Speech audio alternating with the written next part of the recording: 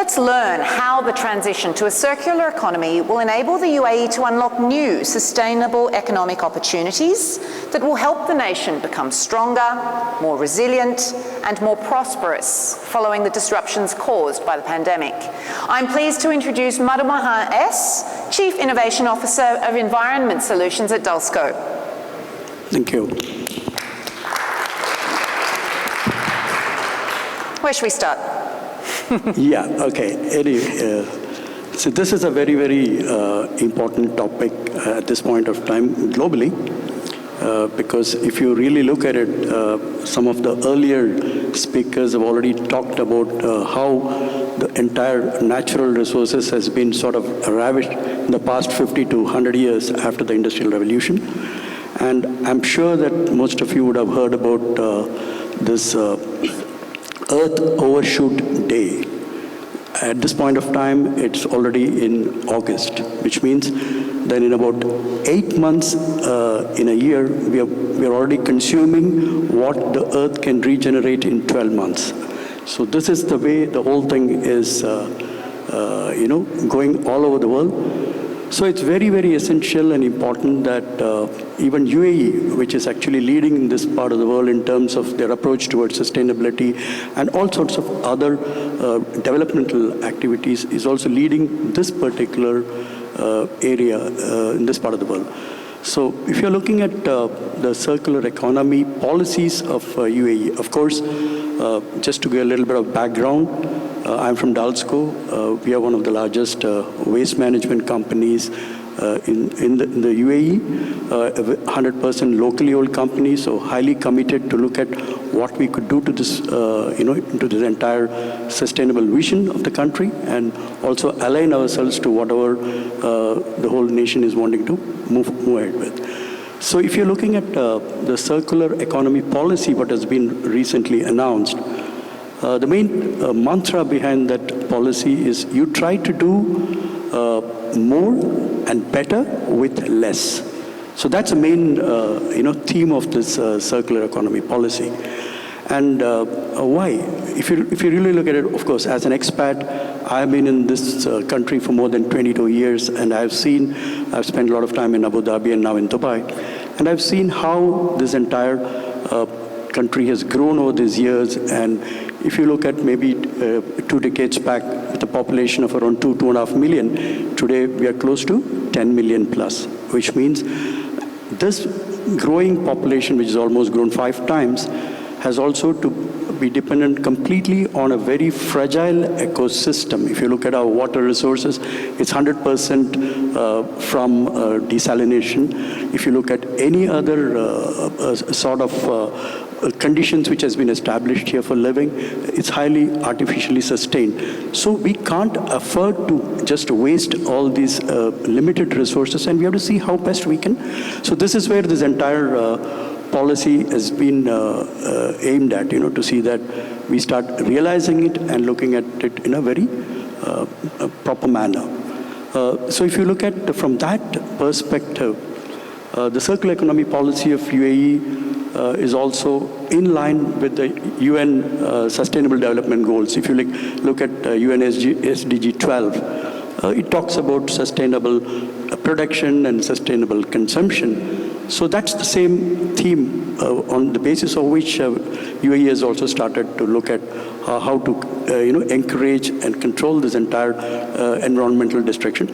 So we have got 4 main pillars in terms of the circular economy policy, how this has been framed. One is, of course, sustainable industry and sustainable production consumption. Then you have green infrastructure, which means green building and all similar natures, which will also take care of energy conservation and related areas. Then, of course, you have sustainable transportation, because that's another major area where there needs to be a focus. And the 4th one would be, again, on sustainable food production distribution. So these are the 4 pillars on which the sustainability and the circular economy policies have been structured. And if you further look at what are these going to offer to the country, of course, it's going to make sure that you are going to conserve this sparse resources. You're going to create a lot of, employment opportunities, and there will be more revenue generation. Besides all these things, it also makes sure that UAE, like what we have seen in all the other fields, is also trying to lead the whole region in trying to adopt the best practices available globally to make sure that we are a sustainable nation. And that's also one of the reasons, if you see the renewable energy, IRENA's headquarters right now is in Abu Dhabi. Let's try and capture it in a nutshell. Yeah. Why is the UAE circular economy policy the right step for the UAE? Okay. As I was explaining to you before, without that sort of an approach, it is impossible to sustain the type of growth and the type of vision which the country has adopted for itself. So definitely this has to be the first step to make sure that whatever we are achieving, we're able to reach there. So where does Dulsco come into it? Why is waste management so important with the circular economy? Okay. So the basic thing is, of course, now that is where companies, especially Dulsco, for example, if you're looking at our background, just to give you a small example, I do not know whether many of you would know this, Dubai as a city on an average generates more than 6,000 to 7,000 tons of municipal solid waste on a daily basis. Wow. So you can imagine, because companies like us are transporting this, and it has been maybe till about 8 or 10 years back, all this was going into the landfill. There was not much of recovery or recycling or all these sort of things which we're talking about today. It never existed. It was always going into the landfill. So we have been handling this, and we have realized the amount of recoverable material which is there in this entire waste. If you look at the waste which you are throwing away today on a daily basis, almost 45 to 50% of that are recyclable. And in that, again, if you look at it, almost about 50% is paper, around 25-30% is glass, 15-16% is plastic, and maybe 5% metal. And the rest, of course, is organic and other type of waste. So there's a huge wastage here. And if you look at even the per capita, generation of waste, especially in this economy, which is a very affluent society, is more than 2.3 to 2.4 kilograms per person, which is quite high. Similarly, if you look at our water consumption, we're consuming more than 160 liters per person.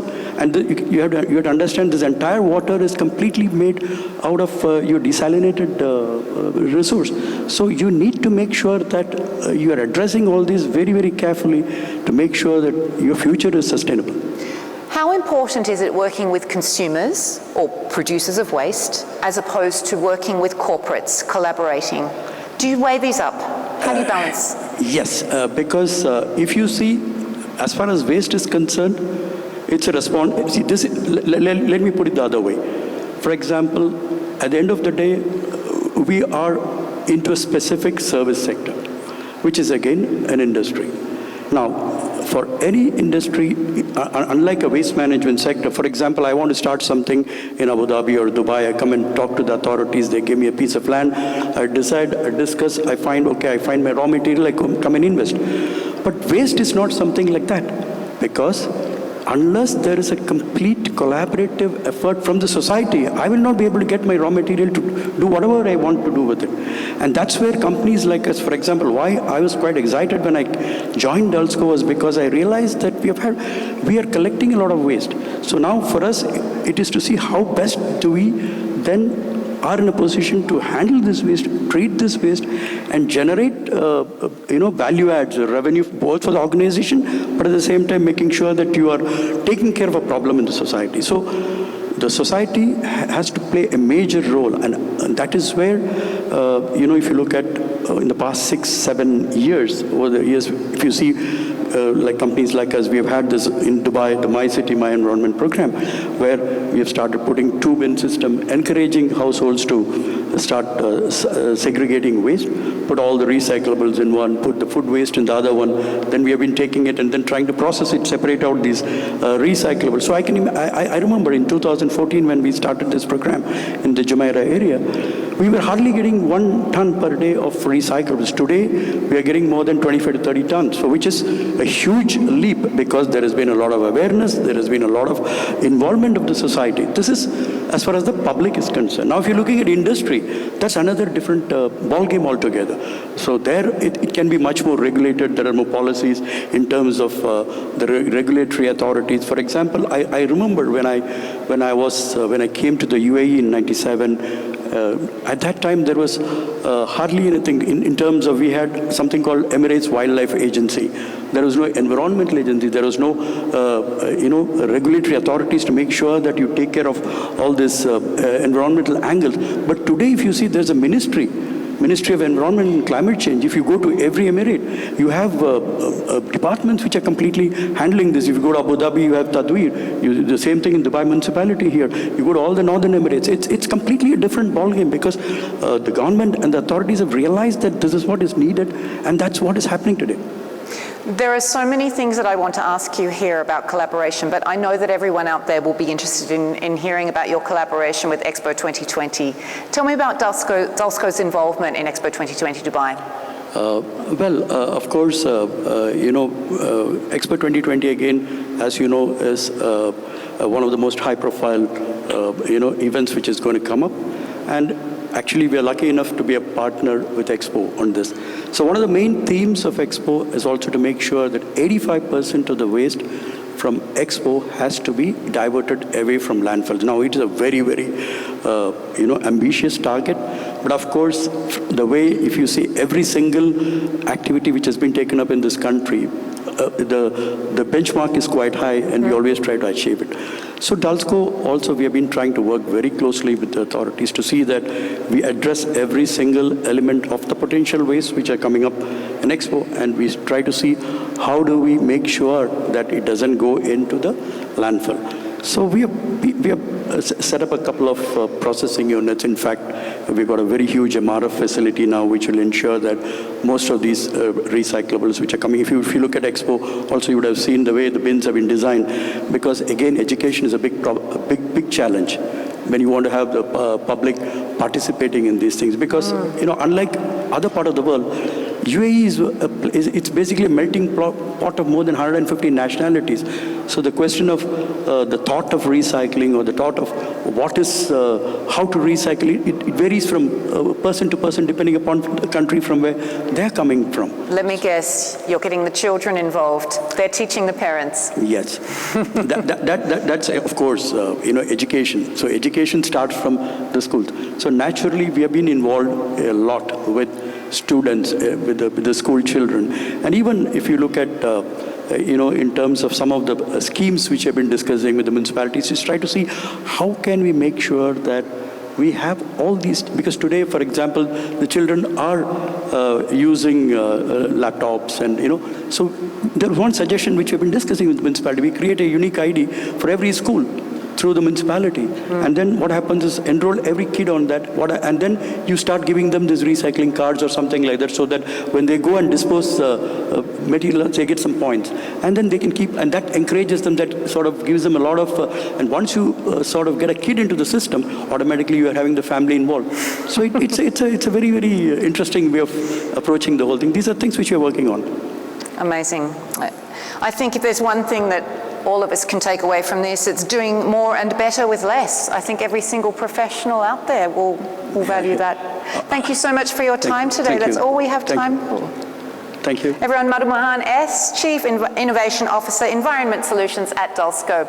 We'll be back in just a moment with the Sustainable Healthcare for All, moderated by Lachlan Kitchen.